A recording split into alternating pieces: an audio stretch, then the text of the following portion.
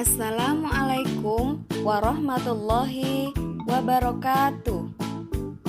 Selamat pagi anak-anakku. Salam sejahtera untuk kita semua. Apa kabar siswa-siswi kelas 7 SMP? Semoga kita semua dalam keadaan baik dan sehat ya. Alhamdulillah, hari ini kita bisa bertemu kembali dalam mata pelajaran PPKN. Sebelum kita mulai pembelajaran, terlebih dahulu marilah kita berdoa sesuai agama dan kepercayaan kita masing-masing. Berdoa mulai.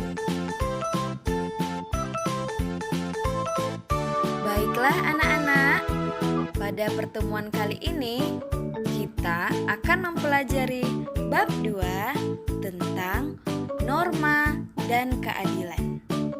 Sebelum membahas materi lebih lanjut, mari kita lihat tujuan pembelajaran kali ini. Tujuan pembelajaran kali ini ialah peserta didik dapat memahami norma-norma yang berlaku dalam kehidupan bermasyarakat untuk mewujudkan keadilan. Pada kodratnya, manusia adalah makhluk sosial.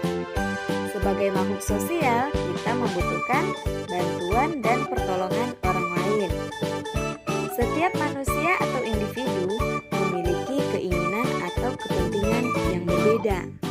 Dari kepentingan yang berbeda inilah bisa menimbulkan pertentangan dan memicu kekacauan di dalam masyarakat jika tidak ada tata tertib yang dapat menyeimbangkannya. Maka dari itu, kita membutuhkan norma dalam kehidupan. Kata-kata norma sangat identik dengan sebuah peraturan. Dalam Kamus Besar Bahasa Indonesia, norma memiliki arti aturan atau ketentuan yang mengikat warga kelompok dalam masyarakat yang dipakai sebagai panduan, tatanan, dan pengendali tingkah laku yang sesuai. Jadi, norma berfungsi untuk mengatur kehidupan manusia dalam bermasyarakat. Di dalam norma terkandung pula aturan-aturan dan petunjuk kehidupan mengenai benar dan salah, baik atau buruk yang harus ditaati oleh warga masyarakat. Norma juga memiliki kekuatan yang mengikat dan memaksa pihak lain untuk mematuhi aturan yang berlaku. Sehingga dengan mentaati norma, maka tatanan kehidupan bermasyarakat, berbangsa, dan bernegara menjadi lebih tertib, aman, rukun, dan damai. Selanjutnya, norma yang mengatur masyarakat umumnya ada yang bersifat formal dan ada juga yang bersifat non-formal. Norma yang bersifat formal atau resmi dapat berupa aturan-aturan tertulis yang berasal dari lembaga atau institut resmi seperti surat keputusan, perda atau peraturan daerah, peraturan pemerintah, atau undang-undang yang bersumber dari negara. Berikutnya, norma yang bersifat non-formal atau tidak resmi merupakan aturan-aturan yang tidak tertulis dan diakui keberadaannya oleh masyarakat. Contohnya, adat istiadat, atau contoh lainnya, peraturan yang berlaku dalam sebuah keluarga, seperti kewajiban seorang anak untuk menghormati dan membantu orang tua. Baiklah anak-anak, ada beberapa macam norma yang perlu kalian ketahui. Yang pertama yaitu norma agama. Norma agama merupakan peraturan atau petunjuk hidup yang berasal dari Tuhan yang berisi perintah, larangan, atau anjuran-anjuran yang terdapat dalam kitab suci agama. Norma agama bersifat abadi dan universal. Dikatakan bersifat abadi adalah norma agama berlaku selama manusia itu hidup di dunia, dan dikatakan bersifat universal karena norma agama tersebut berlaku untuk semua umat beragama. Adapun sanksi bagi pelanggar norma agama adalah dosa. Sanksi bagi pelanggar norma agama ini tidak bersifat secara langsung, tetapi sanksinya akan diberikan di akhirat kelak. Contoh norma agama. Yang pertama, beribadah sesuai dengan agama dan keyakinan kita masing-masing. Yang kedua, berbuat kebajikan atau kebaikan. Yang ketiga, patuh kepada orang tua. Dan yang keempat, tidak melakukan perbuatan maksiat seperti berbohong, menipu, berjudi, dan lain-lain. Yang kedua, norma kesusilaan.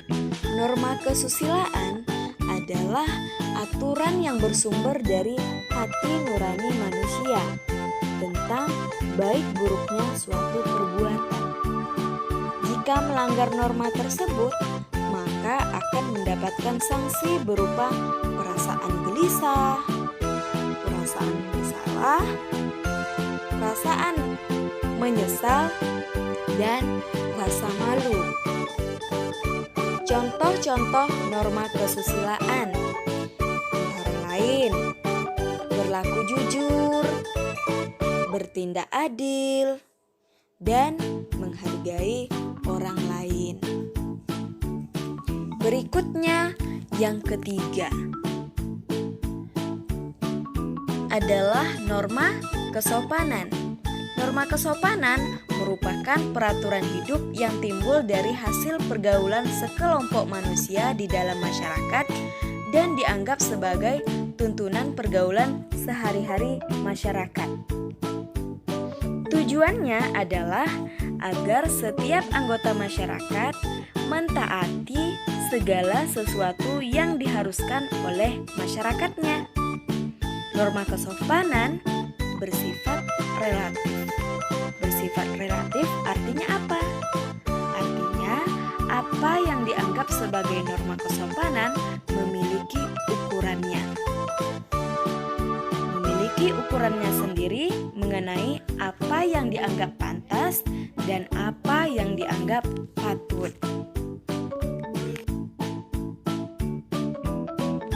Pelanggaran terhadap norma kesopanan akan dikenakan sanksi berupa teguran, caci maki, pengucilan, atau pengusiran dari pergaulan masyarakat. Adapun contoh dari norma kesopanan yaitu menghormati orang yang lebih tua, berjalan membungkuk saat melewati orang yang lebih tua, memberi dan menerima dengan tangan kanan, kemudian tidak berkata kotor, kasar, dan sombong, serta tidak berbicara saat makan. Yang terakhir yaitu norma hukum.